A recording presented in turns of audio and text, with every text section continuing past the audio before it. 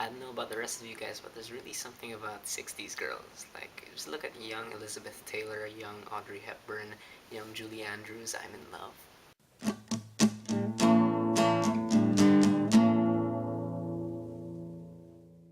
Mary Poppins is directed by Robert Stevenson, written by Bill Walsh and Don DeGrady. This, of course, is based on the book by P.L. Travers and stars Julie Andrews, Dick Van Dyke, David Tomlinson, and Glynis Johns. Now, Mary Poppins has a very loose plot, but from what you can gather from it is that there is a family, the Bankses, who are having a bit of a familial problem because the mother is kind of neglectful, the father is pretty strict, and the two kids, Jane and Michael, are in need for some disciplining. And one day, this magical nanny floats down into the Bankses' home. Her name is Mary Poppins, and she shows their entire family like this whole new different world of like fun and stuff. And that sounds really, really lame the way I just said it, but this is a very, very good movie. Now, I'm reviewing this because for some strange reason I watched Saving Mr. Banks twice before I decided to watch this. I know, but you know how there's some childhood classics that when you come back to them when you're older, you realize they're not that good? Mary Poppins is the childhood classic that when you come back to it, you realize that it's even better than you remember, in my opinion. And I didn't really watch Mary Poppins back then. Obviously, this is my first time. But, seeing it now, I am really, really impressed. And if Walt Disney were alive right now, I would really love to tell him that, chasing P.L. Travers for 20 years was completely worth it. So let's get into it. But before anything else, before I talk about how this is like a landmark musical, landmark Disney film, I really have to mention the visual effects in this movie because this is I think it's one of the first movies that really put together the whole live action animation thing, and it does it so well that for some strange reason I was watching this and my mind was being blown by this animation plus live action thing. I mean, I've seen it before, it's just that it looked so good. And not just the animation plus live action parts. There's scenes where Mary Poppins just kind of flies into the air, and thinking that it's a '60s movie, I'm trying to look for the wire holding her up, and I can't find it. Like they just did it so well. Just all the little things where magical things are happening, like people floating up into the air when they laugh. Like it's really really great, and I don't really know how they pull it off so well, especially in 1964.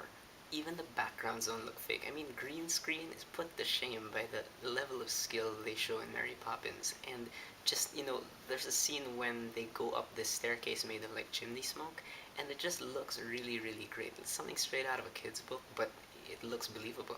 And of course, since this is a Disney musical set in the 60s, well, not set in the 60s, but came out in the 60s, of course, the sets and the costumes and the makeup, it's all full on Broadway, and it looks fantastic. I really, really love when the people build big practical sets like this because you don't really see that anymore. Most of the movies shot now are on location or green screen and stuff. Like there aren't really as many movies that really construct sets on sound stages, and the work they do here is just fantastic. It looks like an actual street. These venues actually look like they're there. But the cool thing is when you choose not to shoot on location, you build a set, it really comes off as not really artificial, but here I'd like to think it looks very storybookish and it really fits the tone. And I'm gonna talk a bit more about Step in Time, the whole sequence there on the rooftops later, but just let me say that that set was really, really great.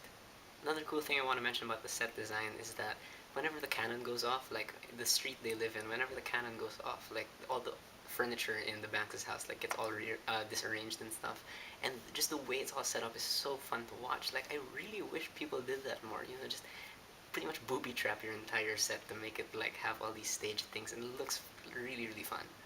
Heck, even the actual street looks great. I mean, like you can tell they built a long street for this, and it just again, it looks very storybookish and looked great.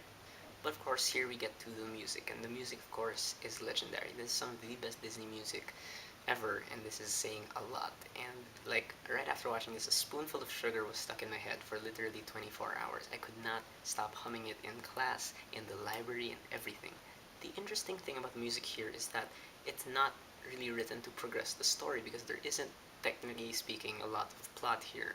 But you know what? I'm usually the kind of guy who knocks on that. Like, if it doesn't progress the story, it doesn't need to be there. But here it's actually really okay. I really don't mind it because the way these songs are written, they really do sound like kid songs, but they're written so intelligently that there is this deeper layer to them.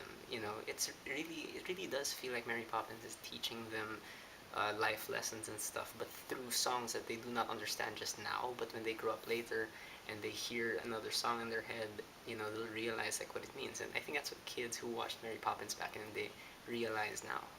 And I really do just have to mention a lot of the songs here because there's way too many, and I really have to mention them. I'm just gonna look through the list on Wikipedia again.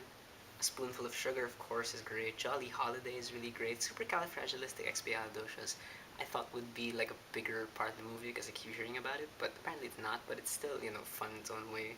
I Love to Laugh is a great song for me. Feed the Birds is an incredibly emotional song, surprisingly for something like this. Fidelity Fiduciary Bank, I don't know how to pronounce that, but that's fun. Of course, Chim Chimchurri is the one that won the Oscar for Best Original Song. Step in Time, Let's Go Fly a Kite was also stuck in my head. This entire soundtrack is just legendary, and the score also just complements it perfectly. Again, like I said, there's not much of a plot here, but for me that's okay because it's all very heartfelt. This is based on a kid's book after all, and kids' books don't necessarily need to have like the best twisty, convoluted plot ever. This movie really does aim to just kind of show us how this family who is in a tough situation can kind of find happiness again, and the way it ends with, I won't spoil like what happened in the end, but the way it ends is so heartfelt, and I got a bit teary eyed. It was great.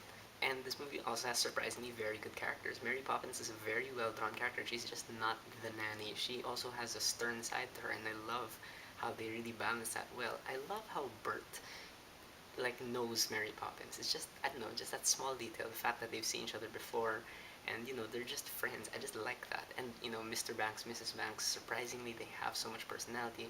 The kids, the laughing guy, I forgot his name, sorry, Uncle something. And the dialogue works just like the songs. Again, it feels like it comes from a storybook, but there is a deeper meaning to it.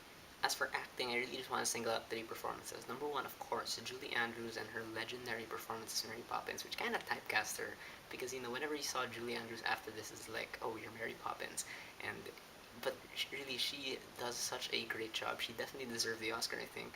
Again, she really gets to play that really nice woman while being stern at the same time, and there's really just something about her voice, her physicality of it all just completely fit this character. You really believed her. Dick Van Dyke is an amazing performer also. While he doesn't exactly have as much acting as Julie Andrews does, he's a fantastic dancer, he's a great singer. He never becomes like a useless comic relief character. He does have heart in. And David Tomlinson really surprised me because his turn as Mr. Banks, at first it's like super minor role, and then when you progress in the story, you begin to realize like so much going on with this character, and he pulls it off so well. And really, again, kudos to Robert Stevenson for really directing this movie and making it feel like a kid's book because this is what really needed. This really fanciful tone, and but it doesn't feel like they're just playing around with the material. No, PL Travers, they really did, I think, respect this because it really achieved what it wanted to achieve. My only problem with this movie is that some scenes are too long. Step in Time, as good as the dancing is there, it's just really way too long. And the reason why I think they're too long, that and the scene where they jump into the chalkboard drawing, it's because, when they do those sequences, there's a story going on. Suddenly we cut and we go to these long scenes. It's like, I do care about the story though, I just wanted to go back. So I do feel like those scenes are a bit too long. But other than that, Mary Poppins is a wonderful movie. It is honestly one of the happiest things you can ever watch. If you've never seen it, like you really owe it to yourself to watch it. This is a Disney classic, but it's not just that. It's not just nostalgia.